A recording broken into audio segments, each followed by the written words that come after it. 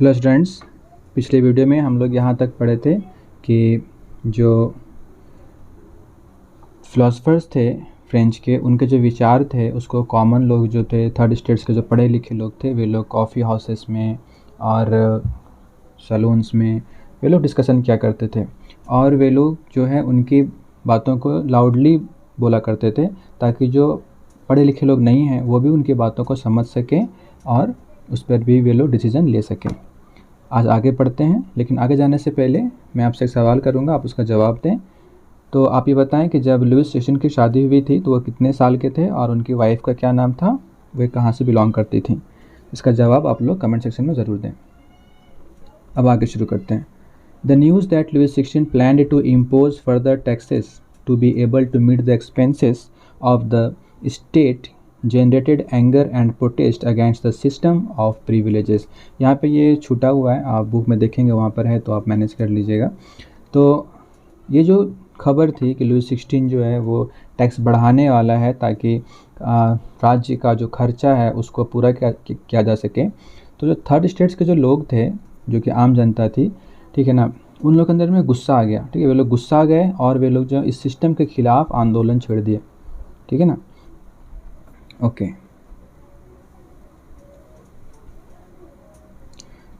Louis XVI had to increase taxes for reasons you have learned in the previous section। आपने already जो पहले पढ़ा था कि लुईस 16 को क्यों टैक्स बढ़ाना था, इसके पीछे भी रीज़न था कि नहीं, वो वॉर की वजह से उसका ख़जाना खाली हो गया था, 2 बिलियन लीवर्स का कर्ज हो चुका था, तो इसलिए उनको बढ़ाना था।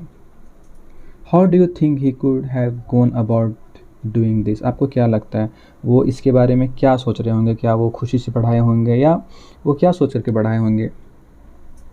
इन France of the old regime the monarch did not have the power to impose taxes according to his will alone.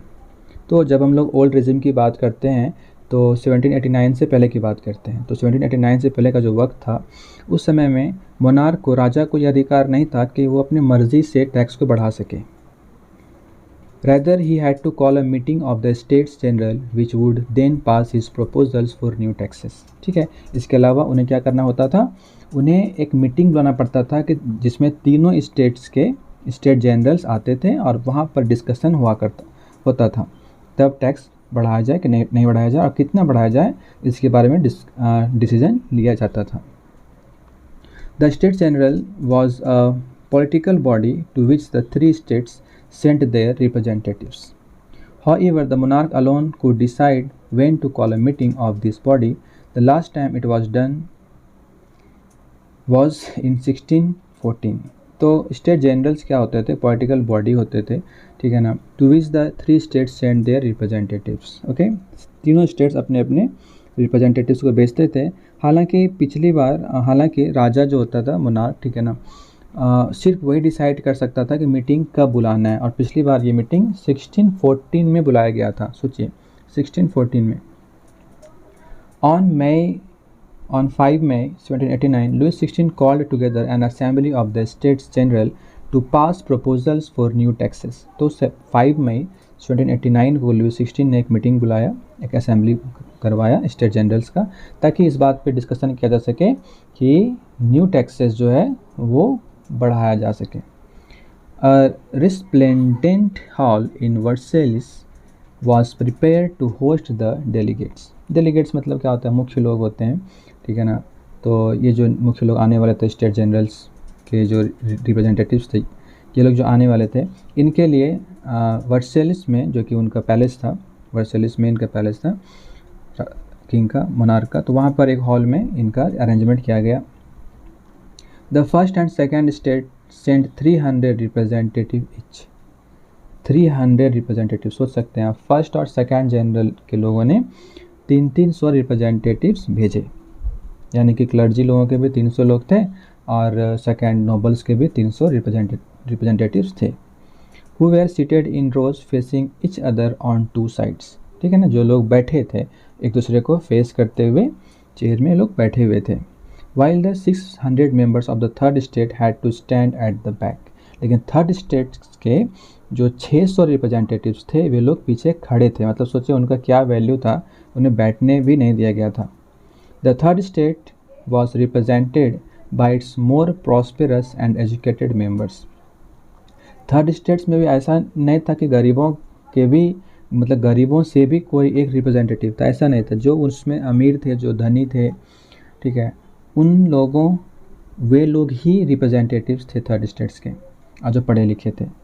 Peasants, artisans and women were denied entry to the assembly. देखिए, छोटे किसान, आर्टिसन जो artist लोग थे, और औरतें, इन्हें assembly में जाने की भी अनुमति नहीं थी।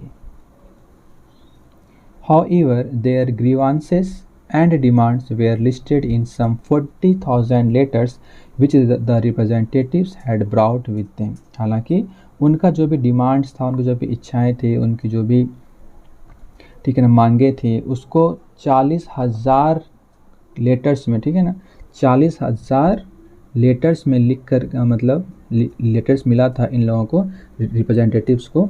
तो इन लोगों ने वो लेटर्स ले करके आए थे, ठीक है।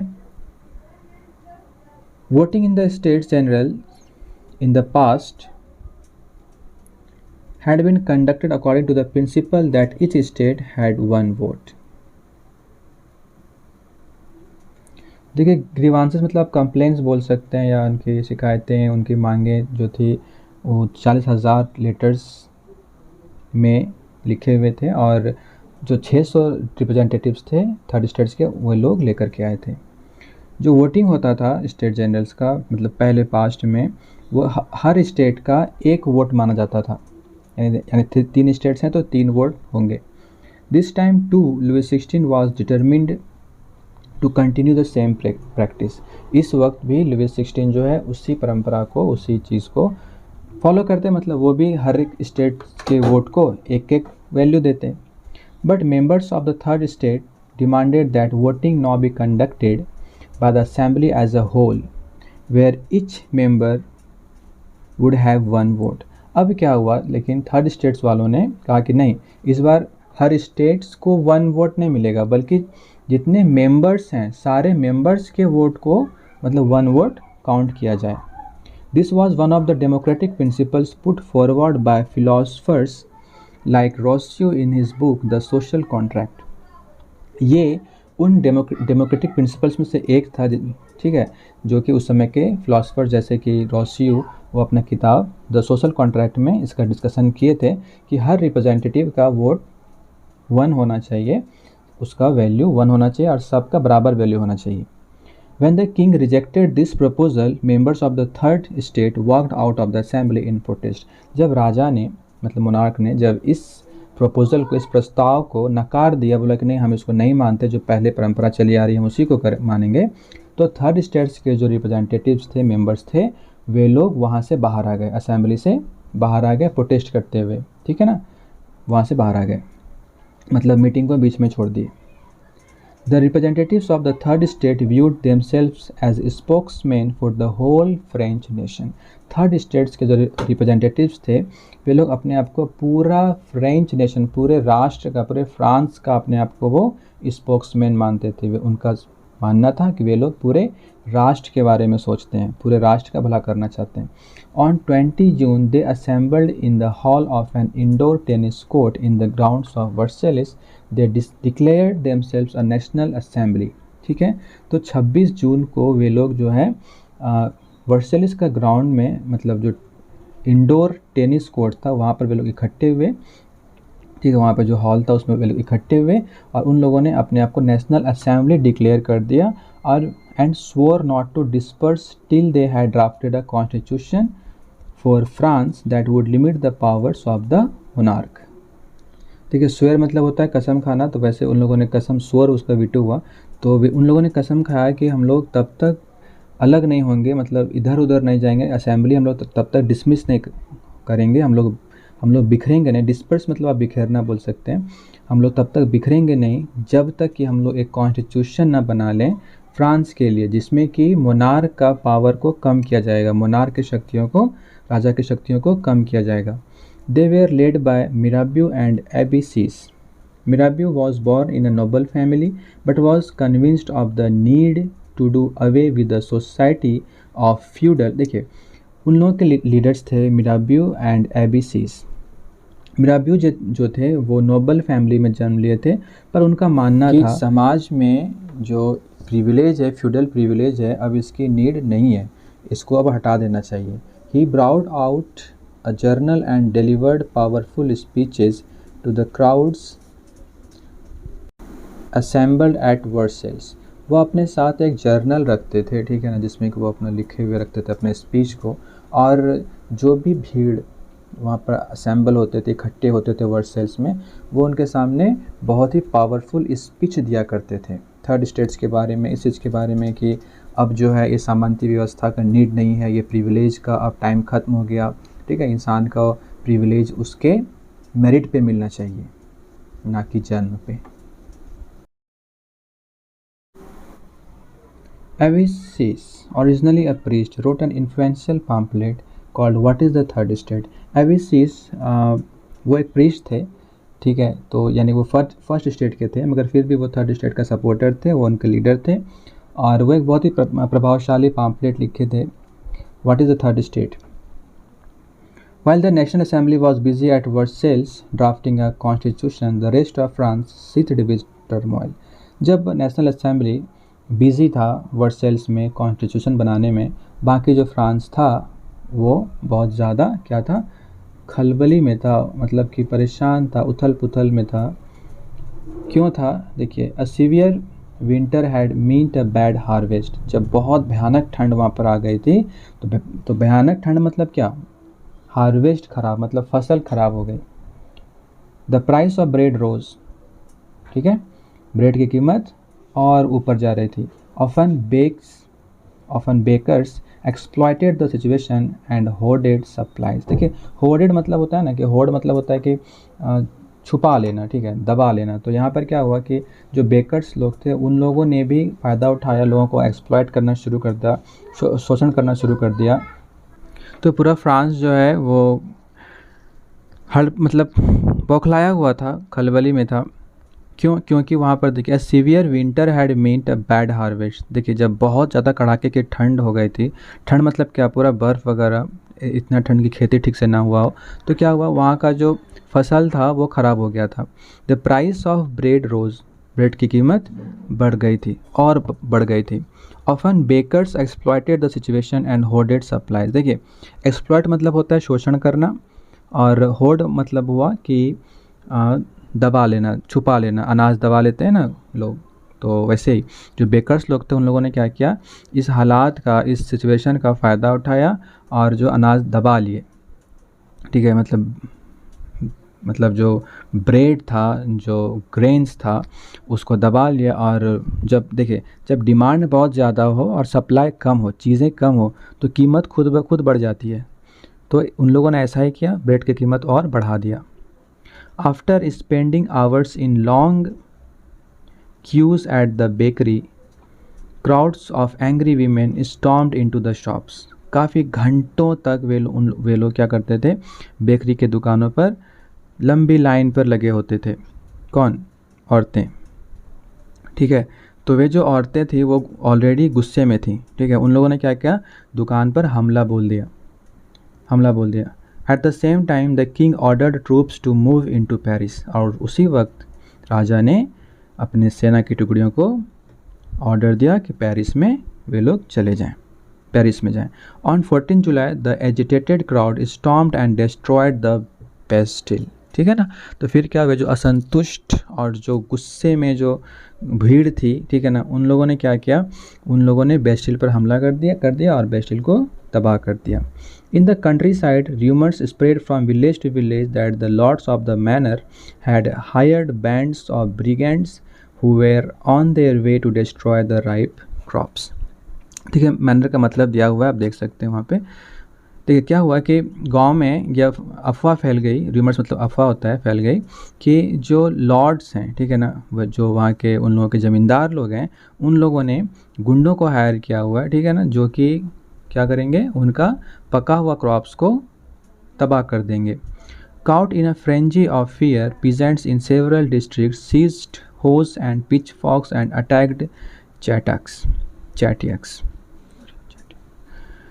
ठीक है, तो फिर जो छोटे किसान थे वे लोग ऑलरेडी बहुत डर गए थे, ठीक है ना, वो डर के मारे कि भाई ये लोग हमारा क्रॉप्स को तबाह कर देंगे, और ऐसे भी अभी हालात बहुत ख़राब थे वहाँ पे।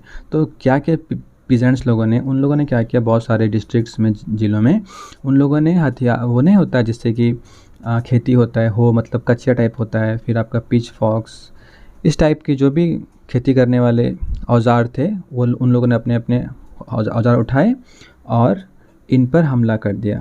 देखिए चैटॉक्स मतलब क्या, कैसल और stately residence belonging to a king और अ नोबल मैन, और मैनर मतलब क्या होता है, an state consisting of the lord's land and his mansion. तो मतलब मैनर मतलब हुआ कि लॉर्ड का जो भी लैंड वगैरह है और जो उसका बिल्डिंग वगैरह है, और चैटक्स या फिर चैट्यू आप बोल सकते हैं, ये हुआ वो कैसल या फिर वो मकान जहाँ पर कि वे लोग रहते हैं, राजा या फिर राजा के जो भी नोबल मैन है ये लोग। तो इन पर किन लोगों ने, डरे हुए पीजेंट्स ने। They looted hoarded grain and burnt down documents containing records of manorial dues। तो उन लोगों ने क्या किया, जो दबे हुए ग्रेन्स थे जिनको उन लोगों ने छुपा करके रखा था, उसको लूट लिया, और जो उनके डॉक्यूमेंट्स थे जिसमें कि ड्यूज वगैरह लिखा होता था, उसको जला दिया। A large number of nobles fled from their homes, many of them migrating to neighboring countries। तो बहुत सारे जो नोबल्स थे, ठीक है ना, वे लोग, देखिए फ्ली मतलब होता है भागना, तो फ्लेड मतलब भाग गया, तो वे लोग, बहुत से लोग वहाँ से भाग गए, गांव से भाग गए, ठीक है, अपने अपने घरों से भाग गए, और बहुत से तो पड़ोसी देश चले गए। Faced with the power of his revolting subjects, Louis 16 finally accorded recognition to the national assembly and accepted the principle that his powers would from now on be checked by constitution. तो देखिए Louis 16 ने इतने सारे तरह के revolts देखे कि भाई अब जो है गांव में, शहर में, हर जगह लोग रिवोल्ट कर रहे हैं। तो क्या हुआ, वे लोग फिर, तो लुइस 16 ये बात फिर मान गए कि चलो ठीक है, नेशनल असेंबली जो बोल रहा है हम उसकी बात को मान लेते हैं। तो उन्होंने एक्सेप्ट कर लिया कि ठीक है, अब जो उनकी जो शक्तियाँ होंगी उसको कॉन्स्टिट्यूशन के दायरे में ही रह करके काम करना पड़ेगा, उसकी शक्तियाँ अब लिमिटेड हो जाएंगी। उसने मान लिया, साइन वगैरह कर दिया लुइस 16 ने। On the night of 4 August 1789, the Assembly passed a decree abolishing the feudal system of obligations and taxes।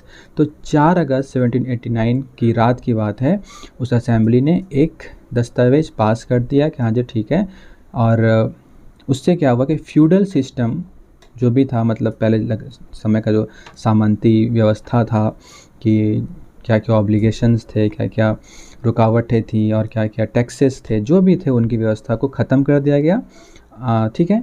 और फिर members of the clergy too were forced to give up their privileges, यहाँ तक कि clergy यानी church से जुड़े हुए जो लोग थे उन लोगों को भी ज़बरदस्ती बोला गया कि आप लोग भी अपने जो प्रिविलेजेस हैं, जो स्पेशल राइट्स है, उसको आप लोग छोड़िए, ठीक है। Tithes were abolished and lands owned by the church were confiscated। देखिए जो टिथेस था, जो कि चर्च द्वारा जो टैक्स लिया जाता था, उसको ख़त्म कर दिया गया, और जो भी चर्च के द्वारा लैंड एक्वायर किया गया था, जो भी चर्च के द्वारा जिस लैंड को अपने कब्जे में किया गया था, उसको भी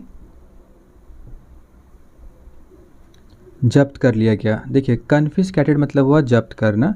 as a result the government acquired assets worth at least 2 billion livres. देखिए फिर क्या हुआ, जो गवर्नमेंट बनी थी, वहाँ की नई गवर्नमेंट जो बनी नेशनल असेंबली वाली, तो उनके पास अब 2 बिलियन लीवर्स का, ठीक है, लीवर्स का एसेट आ गया। देखिए आगे है, France becomes a constitutional monarchy. The national assembly completed the draft of the constitution in 1791। तो नेशनल असेंबली जो थी उसने अपना कॉन्स्टिट्यूशन का जो ड्राफ्ट था, मतलब पूरा कॉन्स्टिट्यूशन बनाने का जो काम था, वो 1791 में कंप्लीट किया। Its main object was to limit the powers of the monarch. इसका जो मेन काम था वो क्या था, इसका जो मुख्य काम था वो ये था कि जो राजा है ना, कि राजा के पावर्स, उनकी शक्तियाँ को कम किया जाए। These powers, instead of being concentrated in the hands of one person, were now separated and assigned to different institutions, the legislature, executive and judiciary। पहले क्या था, सारी शक्तियाँ सिर्फ राजा एक इंसान के पास होती थी। तो अब जो नेशनल असेंबली बना, उसने सोचा कि ये सारी शक्तियाँ एक इंसान के पास ना रह करके बांट दिया जाए, डिसेंट्रलाइज कर दिया जाए। ठीक है, तो उन्होंने इसको क्या किया, 3 डिफरेंट इंस्टीट्यूशंस में बांट दिया, लेजिस्लेचर, एग्जीक्यूटिव और जुडिशियरी। ये आप लोग ऑलरेडी जानते हैं। अब आप लोग समझिए कि ये शुरुआत वहीं से हुआ, फ्रांस से। ठीक है, this made France a constitutional monarchy. ठीक है, इससे अब ये बनने के बाद क्या हुआ, देखिए वहाँ तो राजा अब भी थे, मोनार्क अब भी थे, लेकिन वहाँ पे कॉन्स्टिट्यूशन भी आ गया, तो इसलिए अब फ्रांस बन गया कॉन्स्टिट्यूशनल मोनार्की। एक फिगर है उसमें आप देखिएगा, explains how the new political system worked. The constitution of 1791 vested the power to make laws in the national assembly. The constitution of 1791 vested the power to make laws in the national assembly which was indirectly elected, that is citizens voted for a group of electors who in turn chose the assembly. Not all citizens, however, had the right to vote. Only men above 25 years of age who paid taxes equal to at least 3 days of a laborer's wage were given the status of active citizens. That is, they were entitled to vote. देखिए आपको समझ में आएगा कि जो citizens हुआ करते थे, ठीक है ना, जो जितने भी लोग थे उन सबको वोट देने का अधिकार नहीं था। ठीक है, उनमें से वे लोग वोट दे सकते थे जो एक तो 25 साल के ऊपर हो और मर्द हो, औरतों को तो गिनना ही, औरत को तो गिनते नहीं थे। ठीक है ना, तो मेन हो 25 ईयर्स से अबव हो और जिनके पास पैसे हो, मतलब इतने पैसे हो कि वो किसी एक लेबरर का 3 दिन का तनख्वाह तक का टैक्स दिया हो। मतलब ये कि कोई थर्ड स्टेट में भी कोई अगर अमीर है तो ही वो सिटीजन बन सकता है। ठीक है, पैसिव थे वे लोग जिनको वोट देने का अधिकार नहीं था, यानी गरीब और ये औरतें, और एक्टिव थे वे लोग जिनको वोट देने का अधिकार था। तो एक्टिव सिटीजन्स जो थे ये लोग वोट दे करके चुनते थे अपने रिप्रेजेंटेटिव्स को। ठीक है, और फिर ये लोग फिर चुनते थे, मतलब बनाते थे लेजिस्लेटिव असेंबली।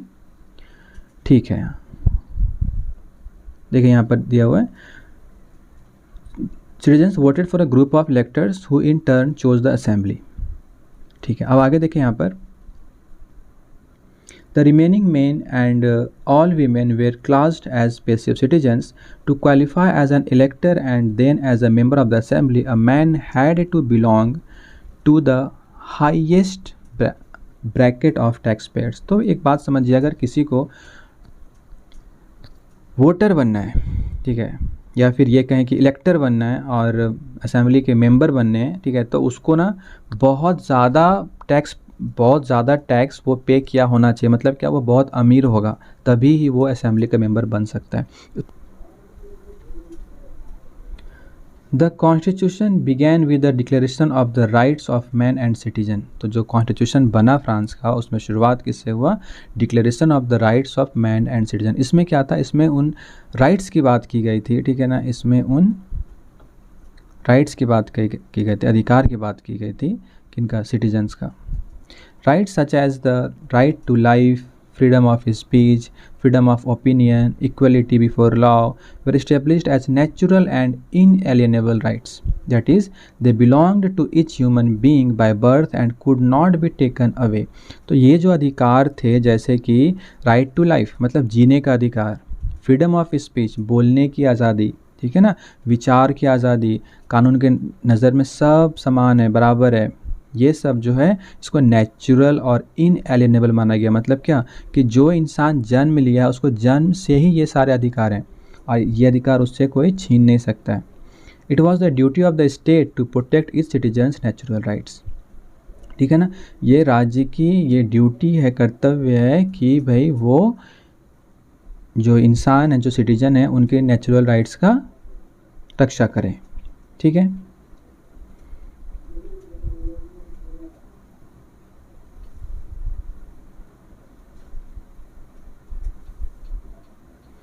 ये आप दे सकते हैं यहाँ पे, the revolutionary journalist Jean Paul Marat commented in his newspaper L'Ami to people, the friend of the people on the constitution drafted by the National Assembly. The task of representing the people has been given to the rich. The lot of the poor and oppressed will never be improved by peaceful means alone. Here we have absolute proof of how wealth influences the law. Yet laws will last only as long as the people agree to obey them, and when they have managed to cast off the yoke of the aristocrats, they will do the same to the other owners of wealth. तो देखिए इसमें ये जो John Paul Marad इन्होंने उस समय मतलब newspaper में कमेंट किया था कि भाई ये जो नया नेशनल असेंबली बना है तो अमीरों के लिए बना है ना, सिर्फ धनी के लिए बना है। तो ये पैसे ये धन ही है जो कि कानून बना रहा है। तो जिस तरह से उस समय के नोबल्स को लोगों ने इनकार किया, उनका बात मानना बंद कर दिया, एक वक्त ये भी आएगा जब यहाँ पर भी ऐसा होगा। इस वीडियो में हम लोग यहाँ तक पढ़े। नेक्स्ट वीडियो में हम लोग आगे से पढ़ेंगे कि द डिक्लेरेशन ऑफ मैन क्या था और उसके बाद से पढ़ेंगे। तो नेक्स्ट वीडियो पार्ट 4 आप लोग ज़रूर देखें एंड वीडियो को लाइक करें, सब्सक्राइब करें। Thank you.